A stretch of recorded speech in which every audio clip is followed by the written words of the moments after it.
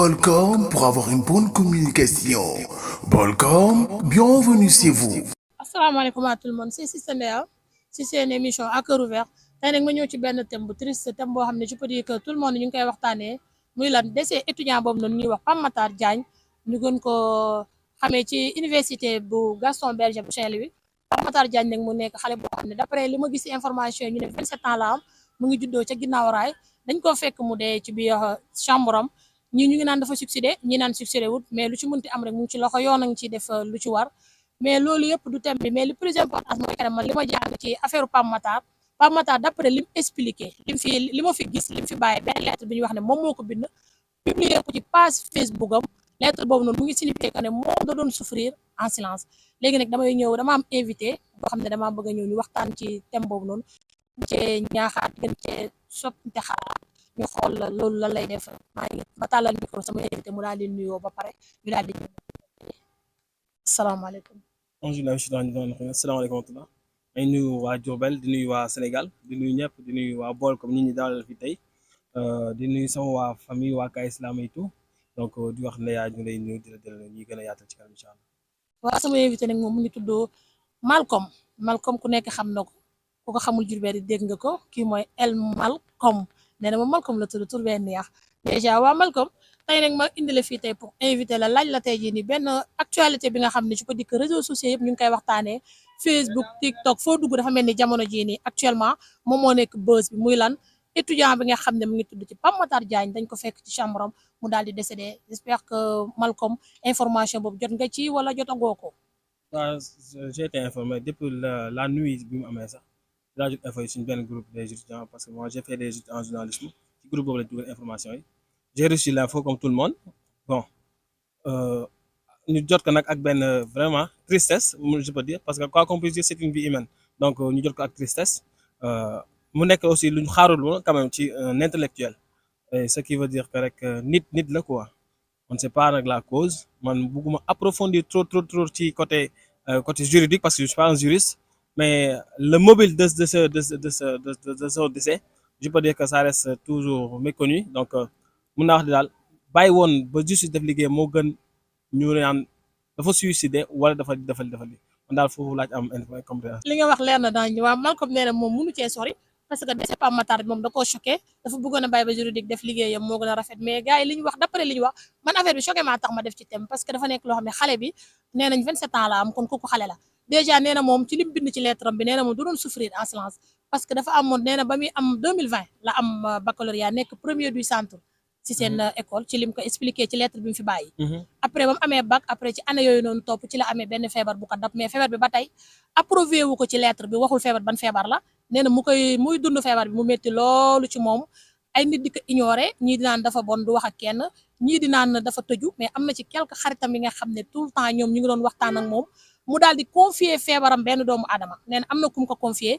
que ça soit famille la wala quelque parce que wax na ko ci lettre bi léegi kooku tey jël feebar boobu noonu exploité ko en public nit ñi commencé di ko xamal loolu naqari ko muy dund métit boo xam ne que ni da koo jaaxal mais man quelque soit damay naan Malcom est-ce que loolu mu fi expliqué ci lettre bi jar na xaru bu fekkee dafa xaru. bon man je dis que merci beaucoup bi nga ko waxee bu fekkee dafa xaru man je dis que nit ki fu mu toll ba décider xaru nit toll na fu ko raw tamit maintenir mënut a souffrir ba dab Ayuba mu Pape Matar yàlla na ko yàlla yërëm quoi état musulman mais mënul souffrir ba dab yonent yàlla Ayuba. am na ñu ko gën a souffrir foofu ñu ngi toog moom il était étudiant amoon na chance jàng muuma wutoon si je ne m'abuse taxul mi ngi doon dégg mi ngi doon dox am na ñu am handicap yëpp toog di ko mu ñaale donc di wax ne rek àdduna tolluwaay la certes mais ak foo mënti toll rek nga xam ne kat lenn yi mën naa wax ne lenn rek moo koy jar muy la foi am di nga am dem ba ay fooy toll du côté dara mooy ci tap c'est la foi qui va tenir donc di wax ne rek fu mu toll man déjà balaa maa commencé laa ko teel ma leeral ko ne fu mu toll ba xaru rek.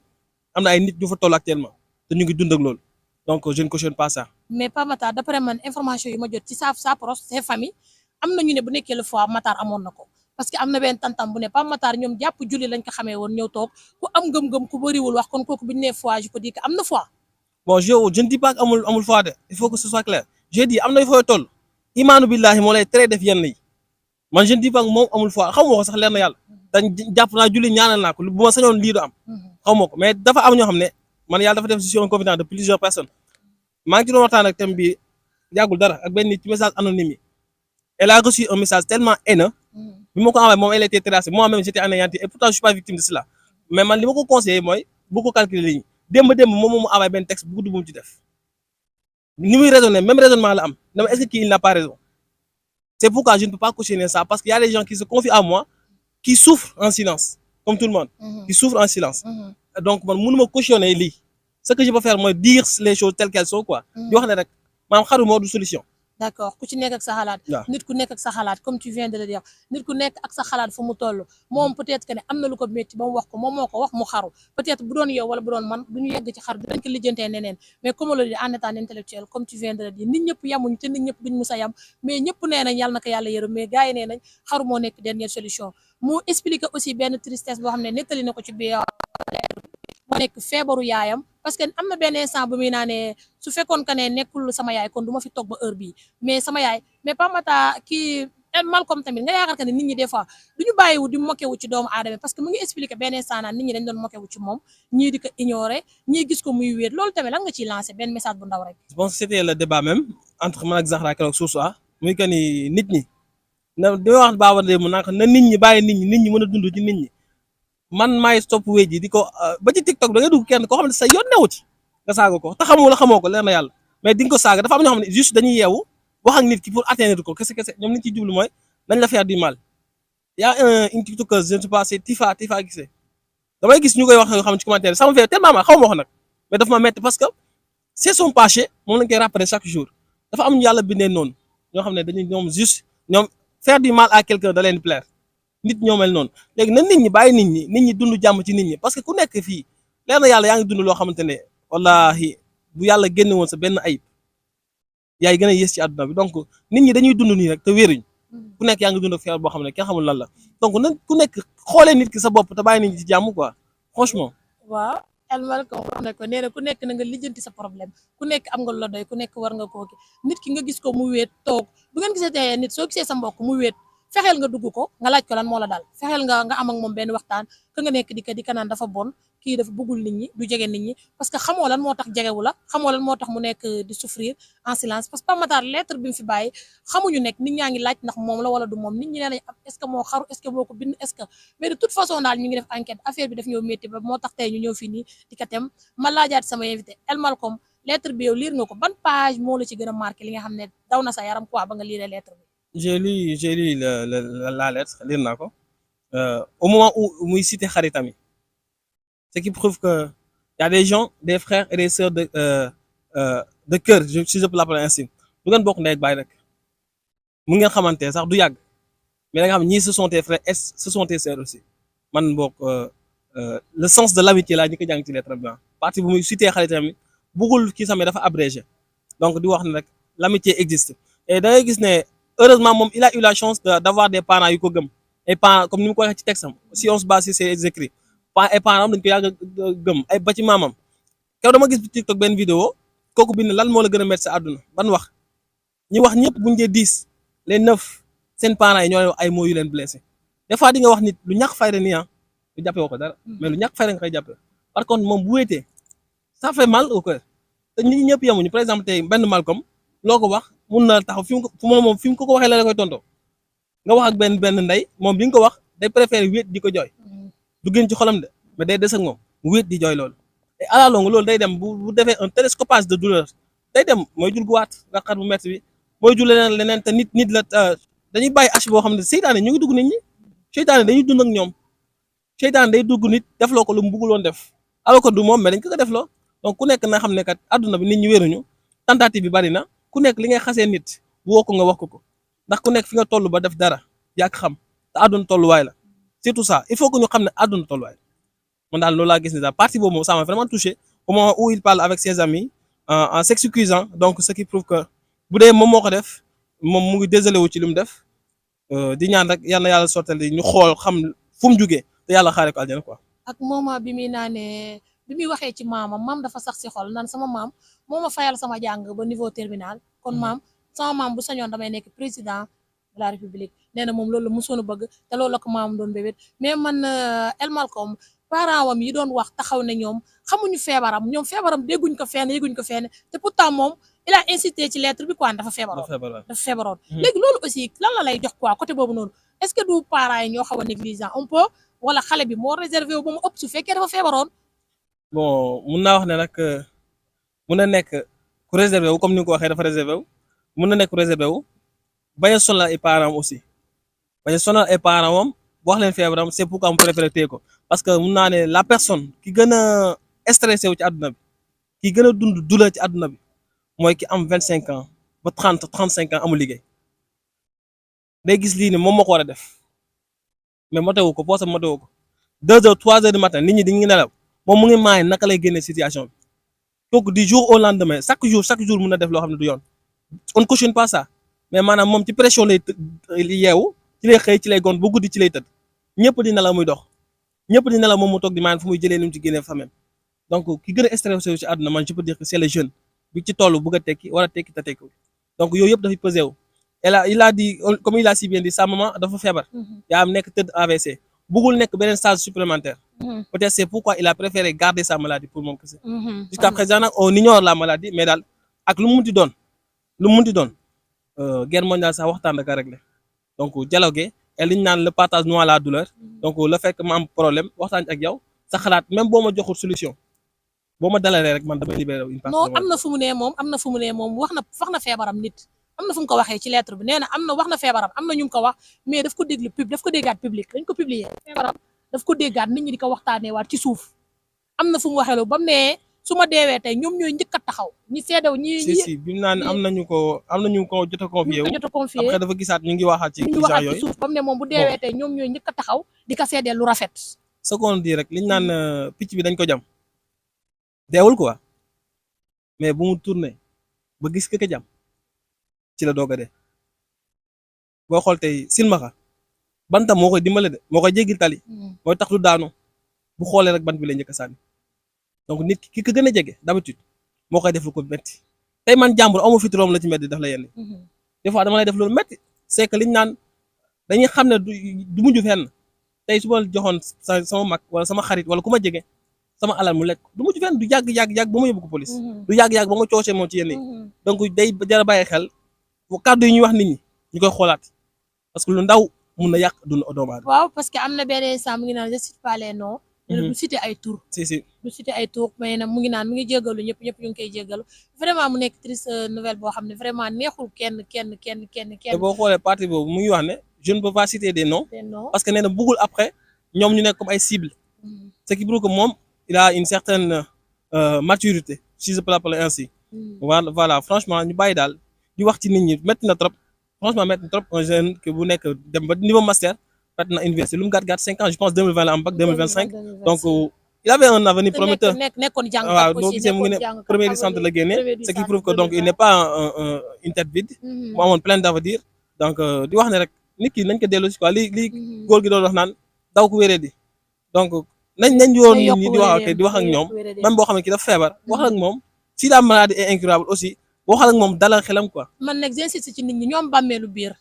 nit ñi nañ am bàmmeelu biir ngir yàlla nit ñi nañ am bàmmeelu biir fii ku ci nekk rek comme ni ko Malcolm waxee am nga lu la doy loo war a lijjanti woo ko tey doomu jàmbur bii ni tey bu enquête defee liggéeyam xam ne dafa xaru xam ne lettre bi moom moo ko bind te réellement noonu la kaay amee yow bi nga xam ne yaa doon toog yow tey jii nii di publier wala di wax ci deram lu ñaaw tey nan nga doon dundee sa àdduna est-ce que di nga am conscience tranquille ayel Malcolm. non conscience tranquille moom dafa am ñoo xam ne borom bi moo leen mooñaale noonu comme niñ naan ay gis nga pédophile xam nga maladie la psychopathie maladie la maanaam vouloir faire du mal à quelqu'un comme maladie la ci ñoom quoi ñoom genre nañ la def lu la metti nga koy naqal ñu lay gis ngay souffrir ñu kontaan loolu kese moo leen ci intéressé mais maintenant franchement ku nekk am nga loolu doy quoi nag ku nekk bàyyi li ma wax sànq na nit ñi dund ci jàmm ça fait mal de ça fait mal des fois tu reçois benn wax boo xamante ne yow ki la koy wax daf la bëgg a blessé